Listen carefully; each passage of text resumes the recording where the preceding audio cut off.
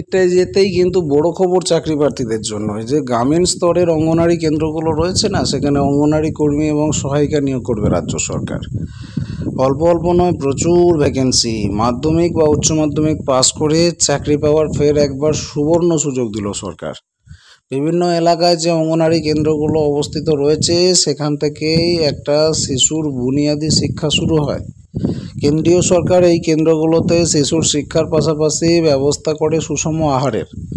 একটা অঙ্গনারী কেন্দ্রে ন্যূনতম 2জন কর্মীর প্রয়োজন তো পড়েই। জেলার সিলেকশন কমিটি বিগত কয়েক বছরে নিয়োগ করেছে অঙ্গনারী কর্মী আর অঙ্গনারী সহায়িকা। মুখ্যমন্ত্রী মমতা ব্যানার্জি কিছু মাস আগে 13,000 অঙ্গনারী কর্মী এবং সহায়িকা নিয়োগের ঘোষণা করেছিলেন।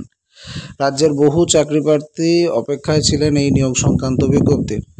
বিগত মাসগুলোতে অঙ্গনারী কর্মী নিয়োগের প্রক্রিয়া শুরু হয়েছে আলিপুরদুয়ারে, দার্জিলিংয়ে, হুগলিতে, তারপর কালিম্পংয়ে, মালদায়, উত্তর 24 পরগনায়, পশ্চিম বর্ধমান জেলাতে। এই জেলাগুলোতে নিয়োগ সংক্রান্ত বিজ্ঞপ্তি জারির পর শেষ হয়েছে আবেদন প্রক্রিয়া। কিছু জেলায় নিয়োগ পরীক্ষাও হয়েছে, তবে অধিকাংশ জেলায় এখনও বাকি আছে নিয়োগের পরীক্ষা। এই আবহে রাজ্যে নতুন করে 13,000 অঙ্গনারী কর্মী এবং সহায়িকা নিয়োগের সিদ্ধান্ত নেওয়া হয়েছে।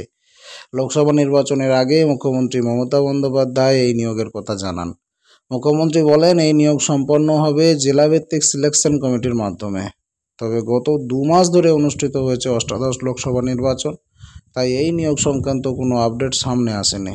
লোকসভা নির্বাচন মিটে যেতে ধারণা হচ্ছে আগামী কয়েক মাসের মধ্যেই সম্পন্ন হতে পারে অঙ্গনারী কর্মী নিয়োগের পরীক্ষা।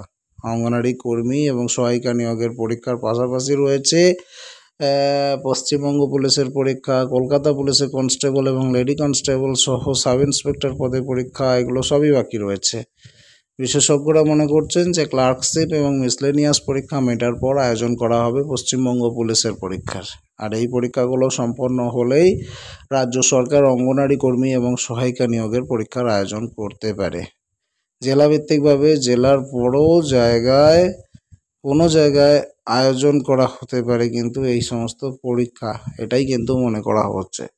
দর্শক, আপনি যদি অঙ্গনারী পরীক্ষার জন্য প্রস্তুতি নিয়ে থাকেন বা আপনার পরিবারের কোনো আত্মীয় স্বজন নিয়ে থাকে, অবশ্যই আপডেটটা তাদেরকে দেবেন।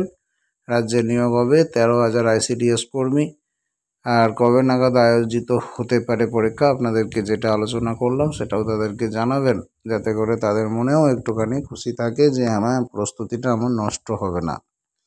ভিডিওটি এখানে শেষ করছি, পরবর্তী ভিডিওতে দেখা হচ্ছে। সবাই ভালো থাকুন, ধন্যবাদ।